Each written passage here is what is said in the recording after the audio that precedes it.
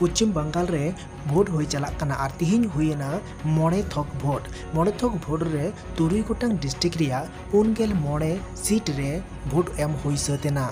Vote हुई ओक्ते booth करे कोड़ा जानंग और कुड़ी जानंग रे भीड़ नेलना।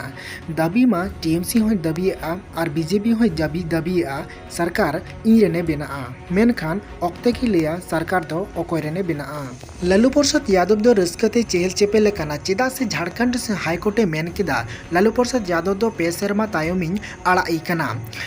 मेनखान कंडीशन दोहो काते कंडीशन दो नोआ काना मोबाइल नंबर बाय बदल दाड़ेया आया ठौका ठिकाना मेन दो एड्रेस बाय बदल दाड़ेया विदेश से चला खान हाईकोर्टा परमिशन लगा और एमान तेया संगते 10 लाख टका फाइन लेकाते एम लगावया बिल बॉन्ड जमा लेखान गी रेहाई न्यामा। कोरोना जुगनी खन बांचा लगी देश दिसम रे लॉकडाउन को लगावया ओंका गे बिहार मुख्यमंत्री तिहिन गालमाराव केदा जतो पार्टी को साला और गपा दो डीएम को साला ए रपड़ा इना तायम गे ठौकया लॉकडाउन दो चेक लेका हुयुआ।